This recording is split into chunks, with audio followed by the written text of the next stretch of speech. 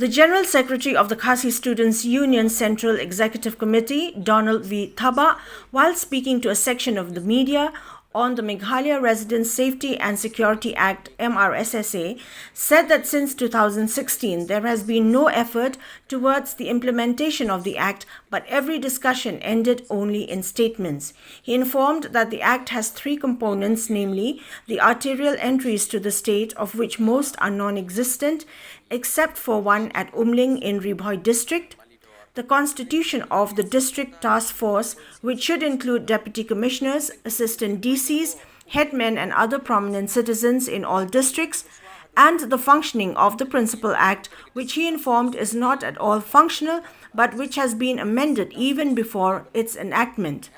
He added that he doubted the amendment of the Principal Act of the MRSSA, which he informed has gone to the Ministry of Home Affairs. Donald V. Thaba also said that apart from work permit for laborers, there should be an issue of receipts to them that are to be collected from them at all entry points. On non-production of such receipts, laborers should not be allowed entry into the state.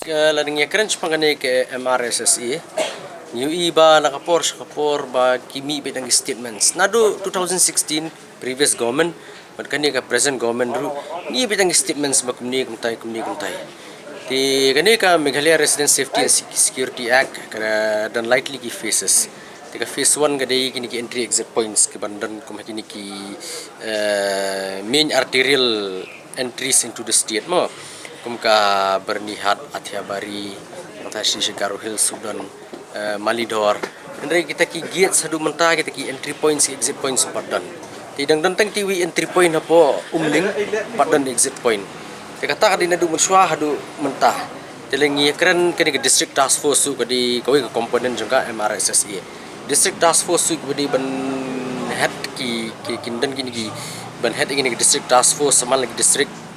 kita dan dekat selection committee la bandan ka tukan ngot kira basnong nanta kini ki prominent citizens nanta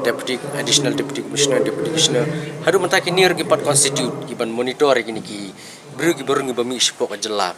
ti ban swai statement kum ta pada tilong ngim la so kan ban pediang